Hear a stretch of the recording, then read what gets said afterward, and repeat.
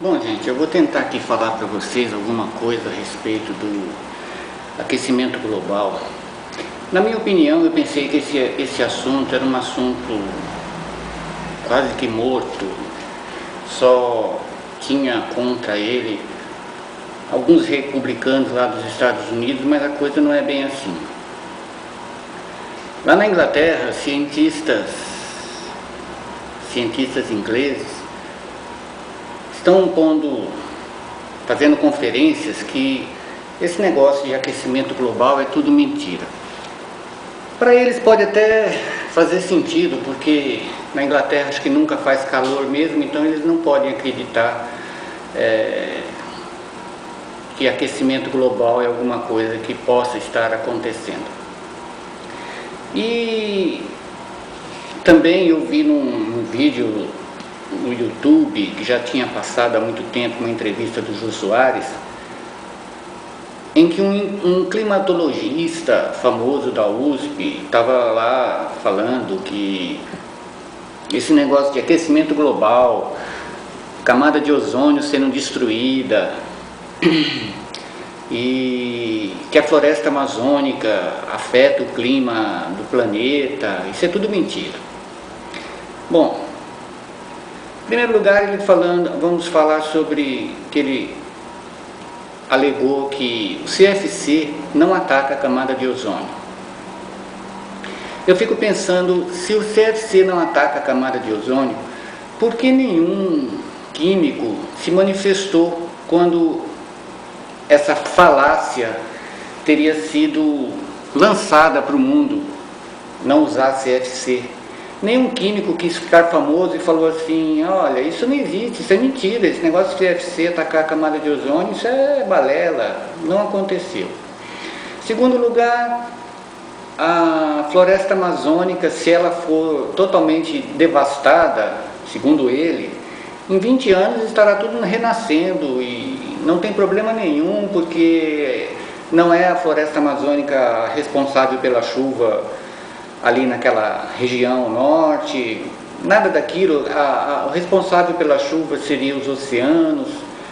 E eu fico pensando, por que será então que no Chile, ali tão perto do oceano, um país com nem 500 quilômetros de largura, tem o deserto mais seco do mundo? O nosso nordeste brasileiro aqui, todo banhado pelo Oceano Atlântico, sofre tanto com secas, sendo que mais para o interior do país, os estados de lá não sofrem tanto com essa seca. Eu fico me perguntando, né, por que isso acontece? Um pé de eucalipto joga na natureza 500 litros, isso eu li uns tempo atrás, 500 litros de água por dia. Imaginando o tamanho da floresta amazônica, quantos milhares de toneladas não é lançada de água na natureza, na atmosfera por dia, para alguém dizer que isso não faz diferença?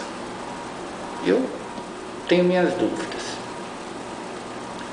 E por último, ele afirmou que o efeito estufa não acontece porque o gás carbônico não é suficiente para causar o efeito estufa, porque é muito pouco. Como vocês sabem, a nossa atmosfera é composta de 78% de nitrogênio, 21% de oxigênio, e todos os outros gases, inclusive o gás carbônico, divide esse 1%. Então, se a gente analisar por esse lado, de fato, é muito pouco, né?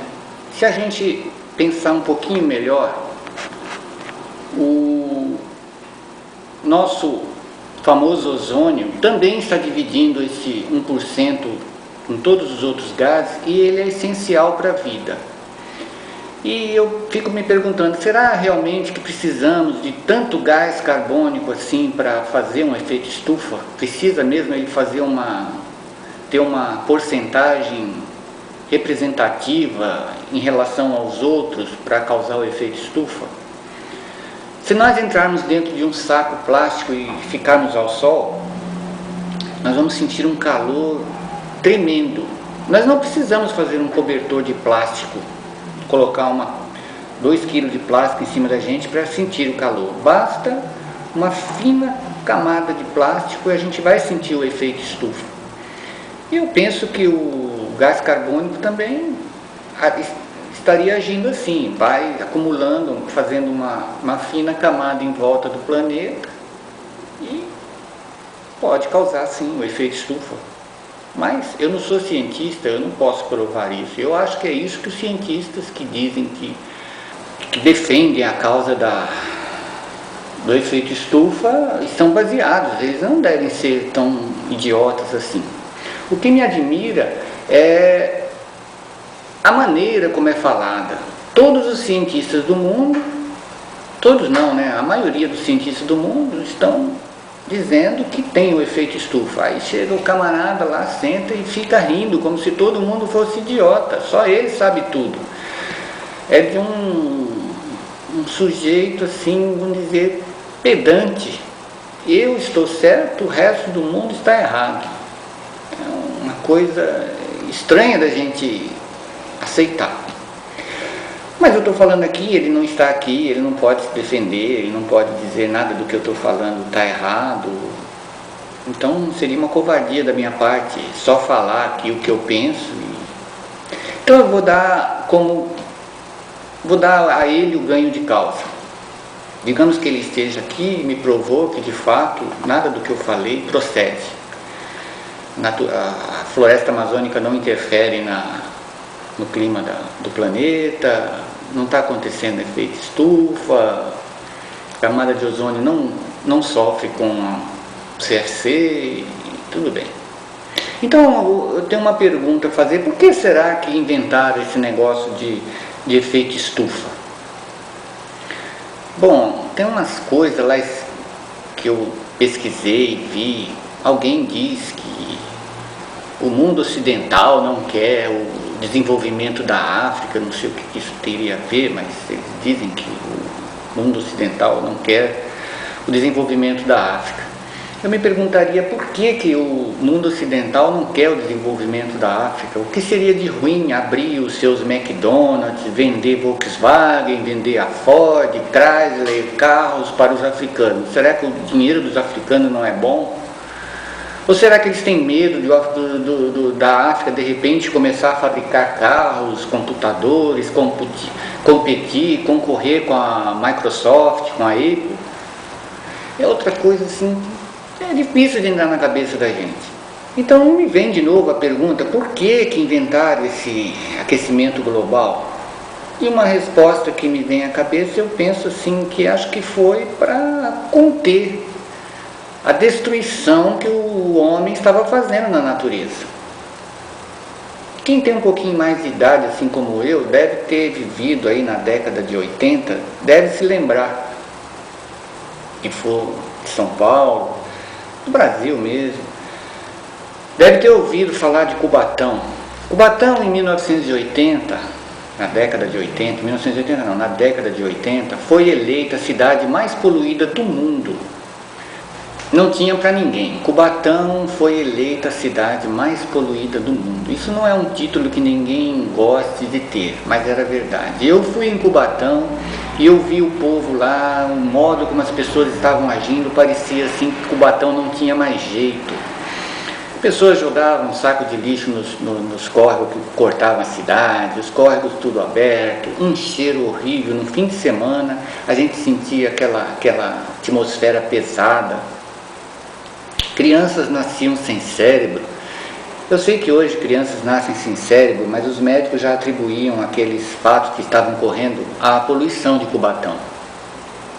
A devastação da floresta amazônica era algo assim, até hoje né? Mas era bem pior.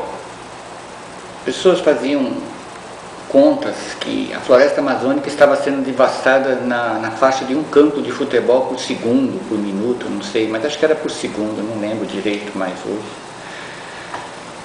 Mas que fosse por mês, para mim ainda seria uma devastação enorme, porque de onde você tira que nunca põe, um dia acaba. Eu acho que se nada fosse feito, precisava alguma coisa ser feita, né? Porque se nada fosse feito hoje, Cubatão pessoal de Cubatão estaria andando com máscara de gás, daqueles filmes apocalípticos. A caça de baleias, de elefantes, tigres, onça, bebê-foca. Vocês viram falar, devem ter ouvido falar em bebê-foca do Ártico, onde eles eram mortos a pauladas para não estragar a pele. Se você der um tiro, faz um furo na pele e estraga. Então era aquela carnificina terrível que faziam. Os bebês focas nasciam e tinha aquela pelezinha bonitinha, branquinha, eles iam lá e matavam os bebês focas a pauladas e a neve ficava toda cheia de sangue. E aquilo não é bom, não é uma boa propaganda para a humanidade. Eu penso assim que tinha que ser contido de alguma forma. E esse aquecimento global caiu como uma luva, porque foi contido de alguma maneira. Então foi contido, porque o homem é contido através do terror. Porque eu vejo que nem Deus consegue conter a humanidade se não tivesse que ter inventado o inferno. Se fosse de boa, nenhum desses milhares de religiosos aí iriam obedecer a palavra de Deus se não tivesse lá escrito que se você não obedecer, você vai para o inferno. É uma coisa triste, mas é verdade. Então, o terror foi criado, eu não acredito que não por mal. Eu acredito mais é que quem criou o terror acredita que de fato o mundo está correndo para um aquecimento global. Mas para quem não acredita e quer achar uma explicação do porquê, eu ainda tenho essa segunda hipótese. Ao procurar soluções para conter o aquecimento global, reuniões foram feitas com governantes e fontes alternativas para a obtenção de energia estão sendo desenvolvidas.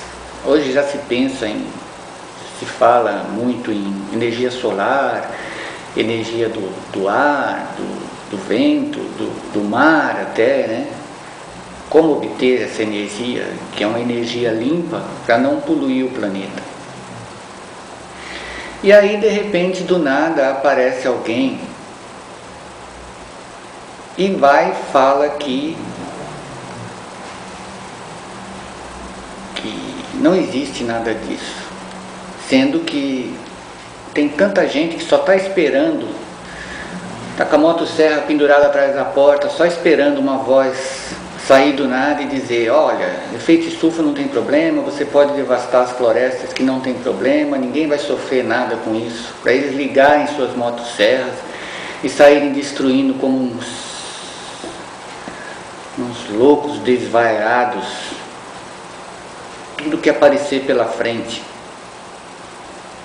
Tem até quem diga que não tem problema nenhum extinguir essa ou aquela espécie. Eu também acho que talvez a natureza um dia, todas as espécies vão se extinguir, mas não precisamos ter tanta pressa assim, como o homem teve nos últimos séculos, nos últimos 2 séculos, sei lá eu. E voltando ao assunto do gás carbônico, para quem acha ainda que é pouco, quem for olhar no Google e ver lá a porcentagem, falar: isso é irrisório. Eu vou dizer para vocês que 3,5 gramas de cianureto é suficiente para matar um homem de 70 quilos.